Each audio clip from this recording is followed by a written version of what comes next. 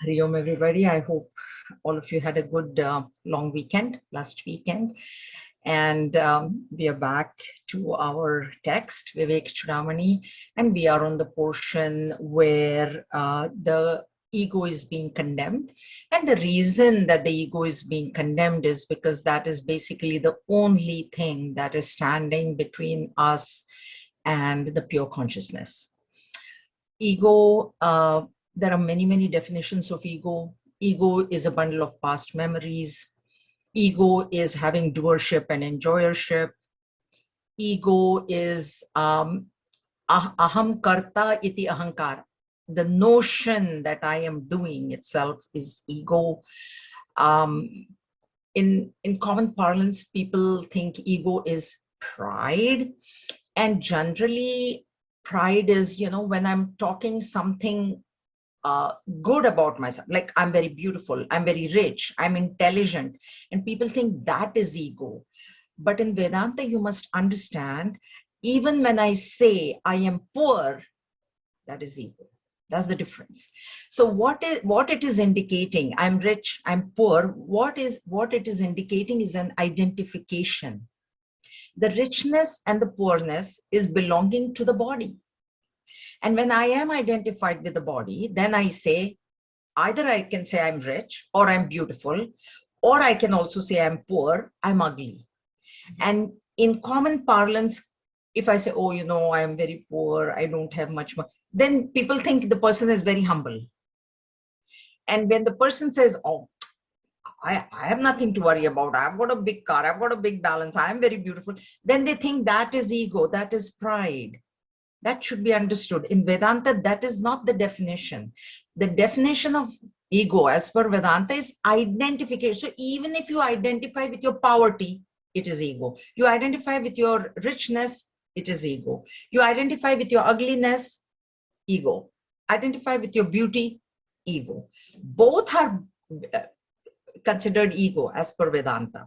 So the point that here Bhagwan is trying to make in all his verses is that identification must be reduced. It must be reduced to an extent where it actually disappears.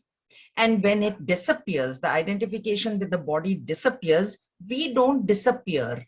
We come to realize that I am that eternal self, which is neither rich nor poor, nor beautiful, nor ugly, nor intelligent, nor dull, not cruel, not loving. It's neither. It's beyond both. It is beyond sukha and dukkha. It is not dukhi. It is not sukhi. It is not a doctor. It is not an engineer. It's basically just is. That is what we need to. So the practice for a spiritual seeker, we need to try to become commoner than the commonest. Common, we should now. The minute you start specializing, I'm so and so, I am this, I am that, it is taking you away from the reality. And therefore, here Bhagwan Shankaracharya is giving us many, many verses, hammering into us to break that identification. So we had completed verse 305, if I'm not mistaken. And we are now going into verse 306. Sadaika rupasya chidatmano vibhoho anandamurteranavadya kirtehe naivanyatha kvapya vikarinaste vinaha madhya samamushya sausrutihi. But for your identification with the ego sense, there is no transmigration for you, who are immutable and eternally the same, knowledge absolute, omnipresent, bliss absolute, and of unsullied glory. Note the Y's in this thing, but for your, capital Y, identify there is no transmigration for you, capital Y, indicating, is it the same in your book? Otherwise in capital? Okay. No? Leela ji, no or yes? No? Yeah. in this book, I have capital Y's. And the reason that it is capital, let me tell you, is because it is the Atma which is identifying with the body. And the Atma is with a capital U. It is the Tatpada, it is Ishvara, it is pure self. But that, because of nascence, because of ignorance, has now identified itself with this form. The body has a form, the mind has a form. And if that identification were not to be there, this is what he's saying, but for your identification, because of your identification with the ego sense, doership and enjoyership. I am female, ego. I am mother, ego. I am father, ego. I am teacher, ego. I am doctor, engineer, beautiful, sentimental, compassionate, ugly. Anything beyond I am is ego. Whatever you can say, anything, I am whatever that you're going to say is ego as per Vedanta. As per Vedanta. In normal parlance, you would say, oh, this person is very humble. I don't have much education. I am so this thing. That's not Vedanta. Okay. So here he says, there is no transmigration for you. There is transmigration because I have identified with the body. And I think that I am doing things, actions. And because I think that I'm doing actions, I am also bound by the results. That's why in chapter 3, Bhagavan is giving us a beautiful antidote to karma bandhana, bondage of karma, giving us karma yoga. So here he says that if that identification was not there, you would not have any transmigration. Because the identification is there, because I think that I am doing, because I think that I am enjoying also, I am suffering, I am happy, I am sad. All these are thoughts. These are all thoughts. And because of those thoughts are what are binding us to the next birth. Kathopanishad would call it, person goes from death to death. Yamraj doesn't even call it birth to birth. He calls it death to death. So here, your essential nature is consciousness, bliss. Ananda is your omnipresent bliss, absolute of unsullied glory. That is what we really are. But because of our false identification, we are now in the cycle of transmigration. That is the cycle of change. Transmigration is what? Change. Samsara. That samsarati iti samsara. That which is moving very well is samsara. So in that circle, in that cycle we have gotten caught, we need to get out of it. To get out of it, we need to disidentify with the body. Disidentify with the body does not mean in any way destroying the body. It is just knowing that this body is not really real, that I cannot be this body. And Bhagavan has spent enough verses explaining what the body is. Made out of the Pancha Mahabhutas, made out of the food that was eaten by the mother and the father, etc., etc. That is the reason that he hammered into us what the body is. So once you know what the body is, if you're still going to say you're the body, then only God can help you. Nobody can help you. I can't. So at least we need to, change our mindset to reduce this identification. Okay? Now, Tasmad ahankaramimam swashatrum bhokturgale kantakavat pratitam vichedhya vijnana mahasinasfutam bhungshvatma samraja sukham yatheshtam. Therefore, tasmad, therefore, conclusion, with the great sword of realization, destroying this ego sense, your enemy, which is like a thorn in the throat of a man who is eating, enjoy directly and freely the bliss of your own domain, the majesty of the Atman. Great sword of realization, the sword of detachment. Okay, get detached from your body, from your mind, from your intellect. Getting detached once again, not a physical detachment, but an understanding in the mind that I am not this body. This body is my vehicle. This mind is my vehicle. This intellect is my vehicle through which I am doing actions for the good of everybody, for the common good. And that's what the body should be used for, to do good to others, considering it to be the vehicle, not you yourself. Okay, it is like a thorn. Like if something is stuck in my throat, I won't be able to enjoy the food. Like that, Bhagwan has given an example. That way, this thorn is stuck in our mind that I am the body and I'm doing, and because of that thorn, I cannot enjoy the permanent bliss of Atman, the unsullied joy, the unsullied glory, the pure blissful self. I cannot enjoy. All I know is happiness, which is opposite of sorrow. That's it. It's a pair of opposite. Happiness is a pair of opposite. Bliss is that which is beyond both happiness and sorrow. And bliss is that it's a state of mind which is the same no matter what is happening outside. It is not affected. The mind is not affected by whatever is happening outside. That is bliss. Happy is when when my sense organs come in contact with their objects, then I'm happy. And when that contact is gone, then I'm unhappy. So that is, I'm just going up and down with happiness and sorrow. That is not what it is. So he says, enjoy, bhungshwa. Bhungshwa is to enjoy. Enjoy the bliss of that Atman by detaching. That's why Gurudev has given us detach and attach. There's no need to attach also. The minute you detach, the only other thing, there is aham and there is inam. The minute you detach from this world and body, there is only one thing to hold on to, Brahman, finish. But we can't let go. That's our problem. That's how the stronger the ego, it'll be more difficult to let go. And that's what the problem is. Okay?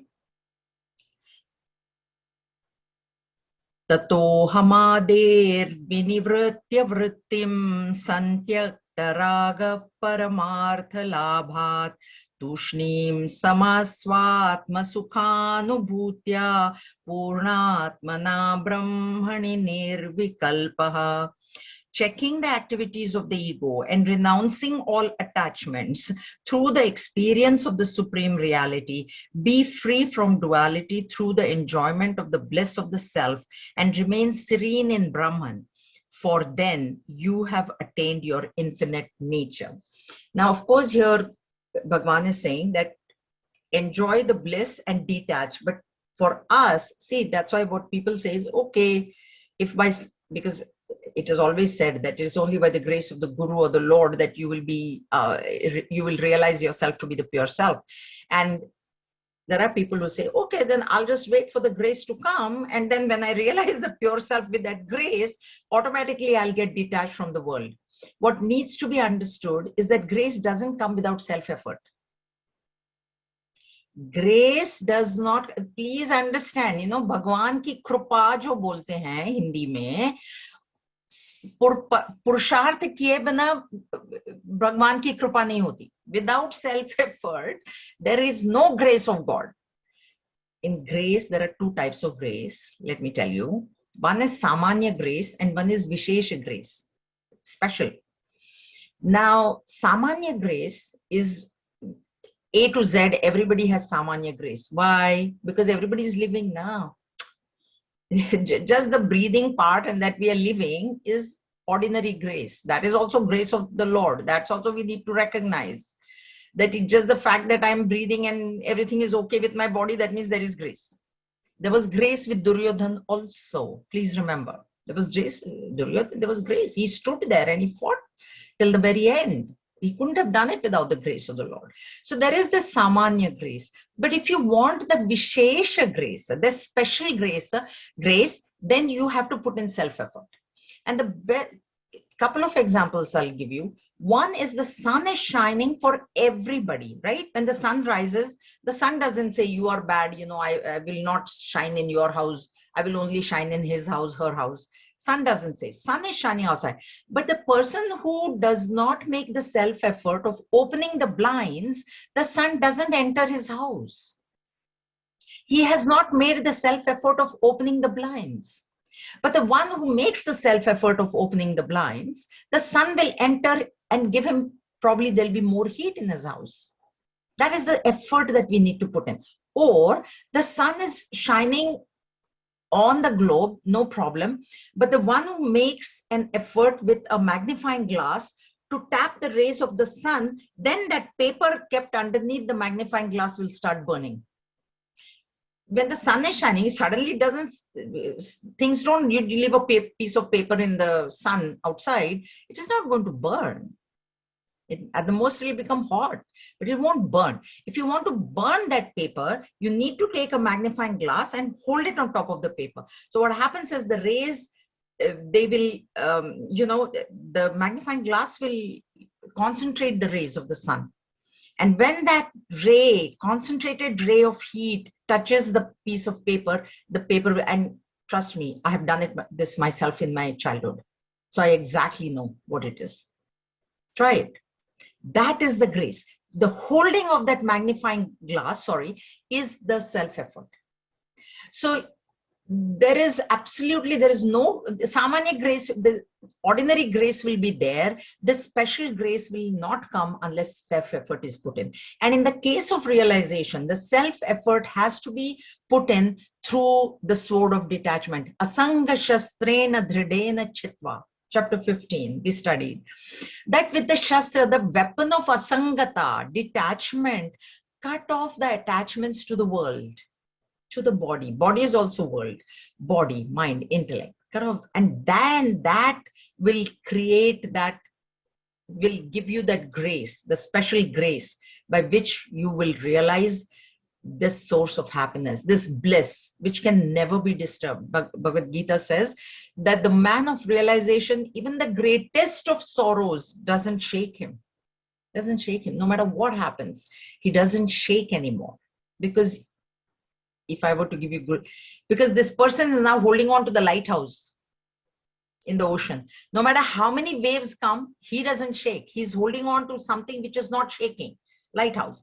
If the person is holding on to a log of wood, little wave up, little wave down, up, down, up, down, up, down. That's where we are right now.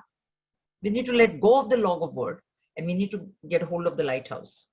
And we would never shake after that. Okay? That's why he says, checking the activities of the ego. This is the ego which tells us you are different, you're special, you're this, you're that. And this is why these activities, in the sense mentally. So when I do something, I say, thank you, Lord. It is because of you that I was able to do this.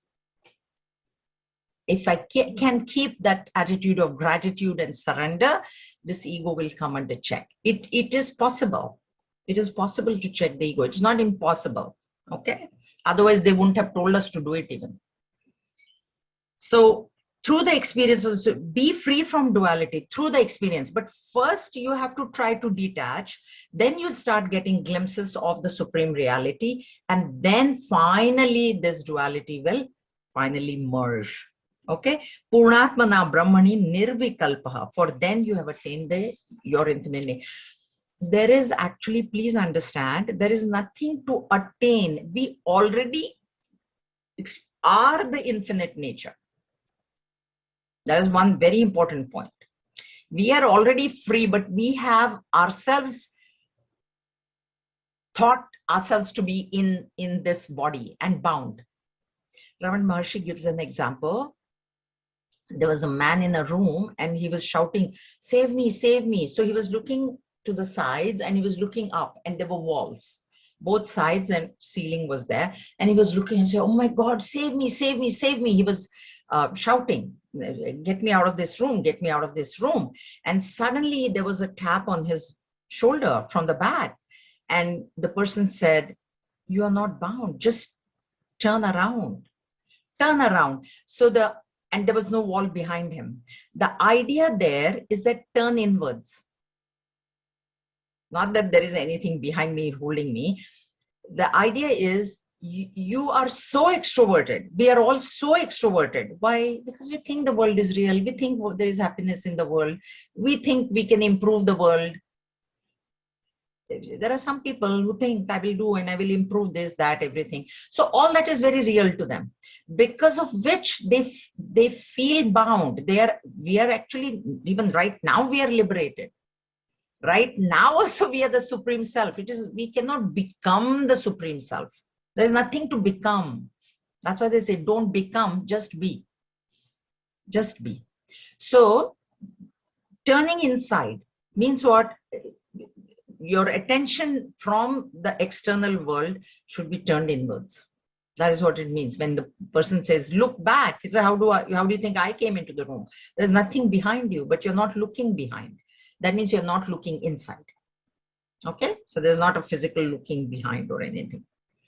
समूलकृतोऽपि महानहं पुनः व्युल्लेखितस्याद्यति चेतसा क्षणं सञ्जीव्य विक्षेपशतं करोति नभस्वता प्रावृषिवारिदो यथा.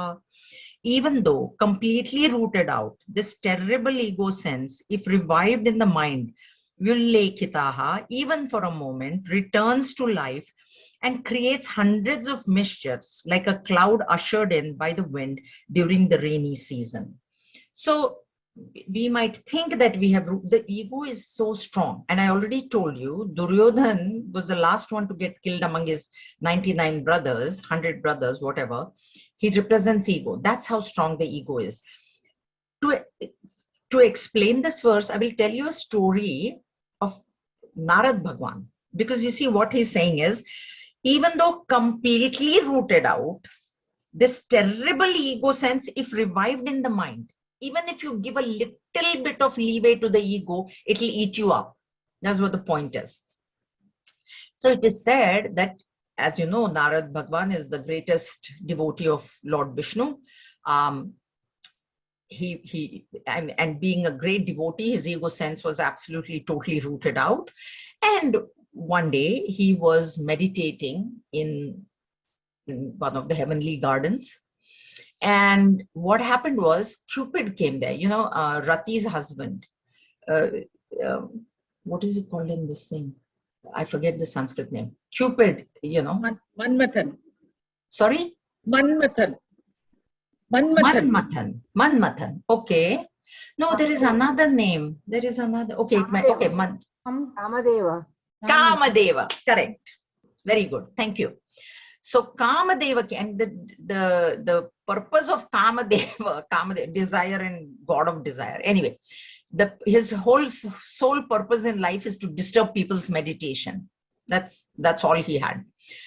And he was the one that tried to disturb Lord Shiva, and Lord Shiva just destroyed him right there and there. He opened his third eye and Kamadeva was gone. Okay, so now he came to disturb Narad Bhagwan. But Narad Bhagwan was meditating on Lord Vishnu, Narayan. And because of the power of his meditation, he did not fall given to Kamadeva's. It is said that he has a bow of flowers and a little arrow of flowers also. And apparently that's what he shoots at the people. This is a story. Anyway, so he didn't give in. Narad Bhagwan did not give in, and Kamadeva was unsuccessful, and Kamadeva went away. So when Narad Bhagwan came out of the meditation, for Narad Bhagwan, he had a thought. He said, oh, I, resisted Kamadeva. This is how this ego sense comes up. Okay? That thought came in his mind. So now, and this is what the ego does. Ego always wants to talk. Ego always wants to tell other people what I did this, I did that. Ego, that is the way ego is. So when the thought came, Narad Bhagwan thought, somebody I should tell, no, I've done such a good thing. This is how ego tells, oh, it's such a good thing you did. Why you should keep quiet? You should tell somebody. So he thought, who should I tell? My daddy. I should tell my daddy. My daddy will be so proud of me. Like my parents would be so proud of me. And he's the Manas Putra of Brahmaji. So he goes into Brahmaji, and Brahmaji, oh, son, come on in, have a cup of tea, blah, blah. He says, Daddy, you know what I did? This is what I did. And Brahmaji says, son, you told me, okay, thank you very much, but now just forget it. No appreciation. Ego, that is what ego needs. It needs, Ah ha ha ha ha. You did so good. Ah ha ha ha ha ha. Maybe I will call 10 other people and tell them what my son did. Ego needs this. This is how the ego is. This is what I'm telling you. This is the truth. Okay? And think about yourself when you do something, you're like, who should I tell? Who should I tell? So Narad Bhagwan is really like, what? My father never even appreciated what a big thing I did. Kamdev, I, resisted in such a big thing, and my father never. So he's not happy. Who should I go to? Ah, ha, ha, ha. Maybe I will go to Shivji. I says, okay, I'll go. So he goes and he sees Shivji is in meditation, and Parvati ji comes running out, and she says, oh, Narad Bhagwan, right? Narad ji is always, one thing about Narad ji is he was always welcome with the Asuras, Rakshasas, no matter which, Kamsa also, he went, Kamsa also welcomed him and washed his feet. That was the glory of Narad Bhagwan. So Parvati ji says, oh my God, Narad Bhagwan. So she actually goes and disturbs Shivji in his meditation. She says, get up, get up. Oh, what happened? What happened? Oh, Naradji has come. Come and have tea with him. So Shivji says, okay, fine, Narad Bhagwan. So he comes, and then Narad Bhagwan goes and tells him the whole story. And Shivji gets so angry. He says, you woke me up from he shouts at Parvati ji only. You woke me up from to listen to this story. What nonsense, he says. I'm going back. And Narad Bhagwan is totally insulted now. Totally. He says, what is this? Nobody is even appreciating what I did. This is how ego functions. And he says, I should go to Vishnu Bhagwan only. He will totally understand what, because you see, I'm a great devotee of him only. I should have gone to him only first. I shouldn't even have bothered with my father and Shivji. I should have gone to him. Now that these two are not even appreciating even a 1% of what I did, I am going to go to Vishnu Bhagwan. And he goes to Vancouver, where Vishnu Bhagwan is reclining on his Sheshanaga. He says, oh, Narad Bhagwan, what brought you here? Narad. So Naradji says, you know what? This is what I did. And I went and told my father, and he didn't appreciate. And Shivji to got angry only. Hey, what is there to get angry? I did such a good thing. Why you should get angry? He got angry. So, but I am your greatest devotee, correct? I am your greatest devotee. And this is why. And Vishnu Bhagwan says, oh, problem. My devotee is falling because the ego is coming up. And this is the beauty of Bhakta and Bhagwan. When the Bhakta falls, Bhagwan lifts him up. So Vishnu Bhagwan says, okay, no problem. It's okay. It's good. It's very good that you did this. And Narad Bhagwan is a bit happy, like at least Narayanji, Vishnu has recognized my greatness, my glory. Ego is always, this is exactly how ego functions. And then he starts going, and all of a sudden he sees this beautiful world, and he says, oh, I never ran across this world when I was traveling through the galaxies. So he says, let me go see what is going on there. So he goes in there and he realizes that there is a Swayamvar. Swayamvar means those times the kings did this thing for their daughters. So they said there was these proclamation was going on in that world, saying that the princess is now ready to be married, and then there will be a Swayamvar, and all the neighboring, all the princes can come, and then she can choose her own husband. And he goes and he looks at the princess, and he just falls head over heels in love with this girl. And he says, I want to get married to this girl. So he says, what should I do? What should I do? He says, I'll go to Vishnu Bhagwan again. He comes back. He tells Vishnu Bhagwan, you know what? I'm in love with this. And this is how the ego functions. I will be most happy when I get this object. I will be most happy. There is nothing else that will make me more happy than marrying this girl. And you must help me marry the girl.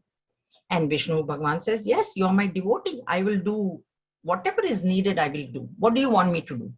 He says, make me the most handsome man in that assembly. That this girl should not reject it. Like, there's no way that she will reject me. Vishnu Bhagwan, tathastu. Whatever the devotee asks, Bhagwan will say tathastu. Bhagavan says, Tathastu. So then Narad Bhagavan is so confident now that, you know what? Vishnu Bhagavan has blessed me. There's no way this girl is going to get married to anybody else. She's going to get married to me. So he goes, and then he's, sitting there with all the other kings, whatever.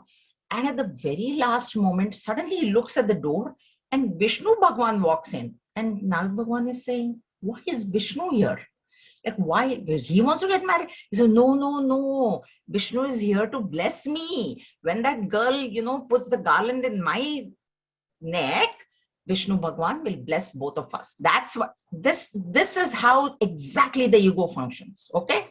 So he says, no. He's come to, after all, I am the greatest devotee. Who is the greatest? Me. Ego is like that. Me. Everything is me. I. This is, I'm the greatest devotee. No problem. Now the Swayamvar begins. They announce whatever. This is the king comes. This is my daughter. She's absolutely the most beautiful girl in the world. That's what Narad Bhagwan's eyes are telling him. And so she takes her garland and she's going from one prince to the other, to the other. When she comes in front of Narad Bhagwan, she just smiles. He thinks, why is she smiling? She smiles and then she goes further. And she goes further and she goes and puts the garland in Vishnu's neck. So Narad Bhagwan is now like, okay, what is going on here? He's competing with me. Like, I begged him that this girl is my happiness, and now he has come and taken that girl away from me, the princess. What is going on? So he looks at the person sitting next to him. He says, why do you think she smiled when she came in front of me? The other king, whatever, he says, have you looked at yourself? That time there were no mirrors. Have you looked at your face? He says, no. So he gives him a pot of water, because that time there was no mirrors. They used to look in the reflection. And what he sees is a head of a donkey. Now he's finished. What is this? I asked him to make me the most beautiful and he gave me a face of a donkey. That's why she laughed at me. And now she has gone and gotten married to Vishnu only. What is going? Where is Lakshmi Devi? Why is she? So he gets so angry. He goes to Vishnu Bhagwan. He says, you did this to me. I give you a curse. I'm going to curse you. Vishnu Bhagwan says, curse. Whatever I take, whatever my devotee offers me, I take. That's Bhagwan. You offer me a curse. I take the curse. He says, like you have made me pine for this girl. Now, throughout my life, that is what ego thinks. Nobody has sorrow throughout the life. But the ego says, now throughout my life, I'm going to regret that I did not get this girl. Separation, I'm going to feel the pangs of separation. That way, I curse you that you will also experience the pangs of separation. And Vishnu Bhagwan says, Tathastu. And when he says that, this spell of Maya, suddenly Narad Bhagwan, he comes back to his senses. He said, oh my God, what have I done? What have I done? What did Bhagwan do to me? He realizes that he was getting the ego, that I, resisted Kamadeva, and Vishnu Bhagwan with his Maya created this entire world which I'd never seen before. And the one who married him, the princess, the girl whose Swayamvar was happening, is Maya, Maya Devi. It's Bhagwan's Maya. And who will Maya marry other than Bhagwan? And he realizes that Bhagwan did this to take care of my ego. And then he says, Bhagwan, I'm so sorry. I have cursed you. Bhagwan says, no, now I will take the curse. I have to take the curse. You have given it to me. And that is why he comes as Sri Rama and Sita get separated. And that is why he is crying in the forest, experiencing the pangs of separation from Sita ji, to fulfill the curse of his devotee, of his greatest devotee. That is what Bhagwan is. So as long as you're surrendered to the Lord, the Lord will take care of that ego. This is what I want to tell you. Root it out. This terrible ego sense, if revived in the mind, that's what happened to Narad Bhagwan. It got revived.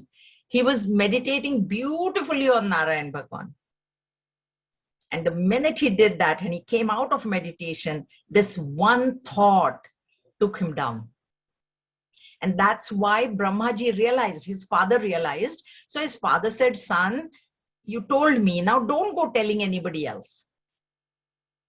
Our ego is never satisfied by telling one person. Or if we tell one person whom we know that person is going to go blabber. We want more people to know what we did. But Brahmaji tried to stop it. As a father, he did nicely. Shivji said, ego, this guy is mad.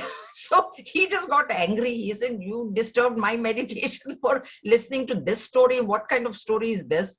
Even that time, Narad Bhagwan did not get the thought that, oh, they're working on my ego. That's why when Guru tells us some things, we don't think that the Guru is working on our ego. We have the story also of Swami Gurudev, Swami Chinmayananda. They used to wash the clothes of Swami Tapon Maharaj, who was his guru. And one day, he washed the shirt and he brought it back. And the Guru said, Chinmaya, you tore my shirt. And Gurudev said, no, Gurudev, this shirt was already torn when you gave it to me for wash. And Swami Tapon Maharaj said, no, you tore my shirt, you tore my shirt, you tore my shirt. And Gurudev got so angry, he started walking out of the ashram. He said, I'm going away. Then one senior disciple came to him and said, Chinmaya, don't you understand what the Guru is trying to do? He says, what is he trying to do? The Guru knows that the shirt was torn. He's working on your ego. He's working on your ego. Don't leave him. He is grinding your ego to zero. He's going to bring it to zero. Because the minute we get hurt, it is the ego that is getting hurt. The minute we get happy, it is the ego that is getting happy. And when he got that much hurt and he started walking out, the other disciple told him. Because he said, this is only the Guru is saying you tore my shirt. You will go out into the world will throw bricks at you. They will throw stones at you. And if your ego, you have not worked on your ego, how are you going to bear that when you go out in the world? This is what it is with ego. Okay. So this ends the topic of ego. Is there any questions that anybody wants to ask? Because we're going to go into a new subsection now. Anything anybody wants to ask? Say, everybody clear? Okay. All right. The path of bhakti. Did somebody say something? Yes, Jayati, I was just going to ask you something. Now, in the so-called real world, when people are recognized, I mean, like people get awards and people get all kinds of things and the recognition that goes. Of course, we are still trying to pump their egos. But then how do you avoid those things? Because a lot of times, if you don't recognize people when they're doing a good job or whatever, then people get upset saying that, these people have no appreciation for our work. So how do you sort of... Okay. See, Vedanta, I've always told you, is self-analysis and self-improvement. You need to feed the ego of other people for the mission. If you're doing it for the mission, it is okay. You need to give them, because they are not on this path. And those who are on this path and still expect the appreciation know that they still have to evolve. One who is evolved enough, he is not going to expect, he or she is not going to expect any kind of reward, thank you, appreciation. Okay. So if we get any appreciation, immediately we should say, it is the grace of my Guru. Immediately pass it on to the Guru, pass it on to infinity, pass it on to God. Don't let it sink in. We must work on ourselves, and we must appreciate other people who are helping the mission, who are sponsoring programs. That's what we do. When people sponsor in Vancouver, we give them a book, We give them, that is our appreciation. But we only give our Vedanta books and we hope that they will read and they will improve. That's all we can do. So it is not about trying to work on somebody else's ego. You need to work on your own. It's self-analysis. It is self-improvement. That's it. It's self-emancipation. Self. Your own thing, your own mind, you keep watching. What is happening in my mind? And then you work on it. Work out. Bhakti will be easy. If you're really devoted to God, God will take care of it. Guru takes care of it. Right? If you're in karma, if you're a karmi, karma yoga, where surrender is one of the requirements. Surrender of doership, surrender of enjoyership, surrender of ego is one of the tenets of karma yoga. How does karma become karma yoga? Through surrender and sacrifice. So in every action of ours, we must have that. That will take care of the ego. Okay? Appreciation you must give to other people. That's how it is. Okay, let's go on to the next topic. Actions, thoughts, and vasanas renounce. Nigrahya shastro rahamo vakashah kvachinna deyo vishayanu chintaya saeva sanjeevana heturasya prakshina jambira tarori vambu. Having once overpowered this enemy, the ego, not a single moment's rest should be given to it to ruminate over sense objects. That is verily the cause of its returning to life. Just like water is the cause for the flowering of a citron tree that has dried up before. So first of all, even in the previous one of the verses, he said, this ego is the only enemy that we have. Ego is the only, there's a bhajan, Nar or Narayan, there is a bhajan, which says, what is standing between you and me, O Bhagwan, Nara, and why I am Nara, and you are Narayan is because I have the ego and you don't have the ego. That is the only thing that is standing between us and Bhagwan. So it is our only enemy. We think enemy is outside. That's why even Bhagwan told Arjun, you think enemy is outside. Outside enemy is very easy. Your own negative tendencies in the mind are your greatest enemy. Win those over. And among those negative, ego is the king. Is like the cobra. It will sting you. Even without you knowing, suddenly the thought comes. Like it came for Narad Bhagwan. He was nicely meditating. Very beautifully he did his meditation and then the thought came. And that was his downfall. But Bhagwan didn't let him fall. Bhagwan lifted him up, right? So he says, this ego, not a single moment's rest should be given to it to ruminate over sense object. That is exactly what happened with Narad. That's why I told you that story.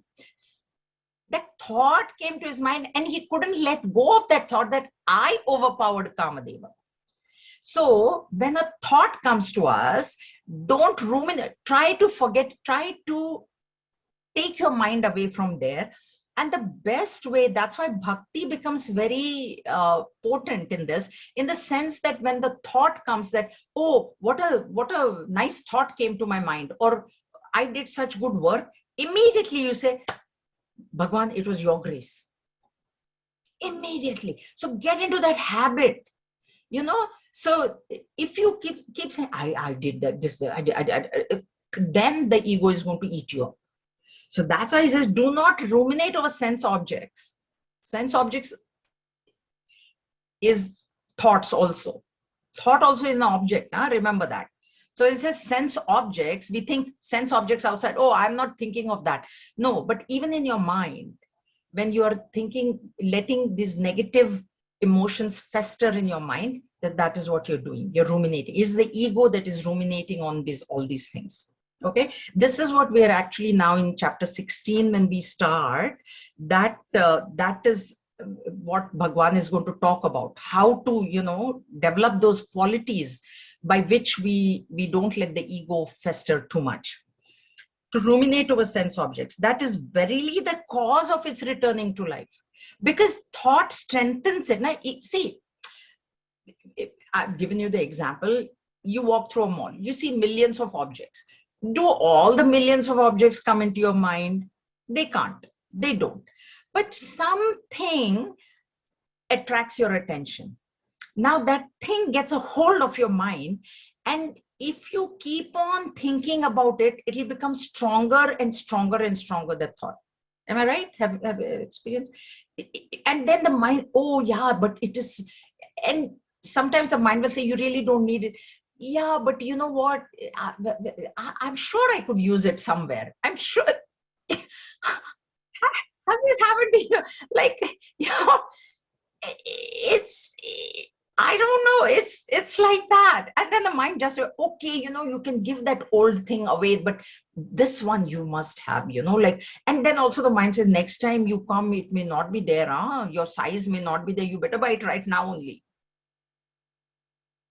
So you allow, if you allow it, this is, that's why he says, like the tree, you know, which is dead also, you keep watering it. So even if the thought is forgotten, you go home and somebody else you see wearing it, or some same, you know, I should have bought that. And then next time you'll go again and you'll buy it, right? So don't let it, don't water these negative thoughts or this ego. Don't. And the way we water it is not like we're pouring water in our mind, it's by thinking about it over and over and over again. That's what happened with Narad Bhagwan, right? He went to Brahmaji, he should have left it. Father told, see, he would have said, oh, my dad is saying, you know, I should listen to him. If he would have thought that and left the thought, nothing would have happened. But he couldn't let go of the thought, so he went to Shivji. Then he couldn't let go of the thought, then he went to Vishnu Bhagwan. This is what the ego will make us do. It will, the mind will work on you such that ultimately you're totally convinced that you cannot live without that object. Your life is totally meaningless without that object. Ultimately, it comes to that. You know, my life means nothing if I don't have this. And really, nobody's life is depending on any object. We are happy without objects. So this is what he says. Saiva Sanjeevana Heturasya, like it is like giving Sanjeev, you know, Sanjeevani was the one that Hanumanji brought for Lakshmanji when he was this thing. So it's like you are bringing that ego back to life. So don't do that. And he is your enemy. Dehatmana samsthita eva kami vilakshana kamayita katham syat atortha sandhana paratvameva bheda prasaktya bhavabandha hetuhu. He alone who has identified himself with the body is greedy of sense pleasures. How can one, devoid of the body idea, be greedy? Hence, the tendency to ruminate over sense objects is indeed the cause for the bondage of becoming and the idea of distinction or duality.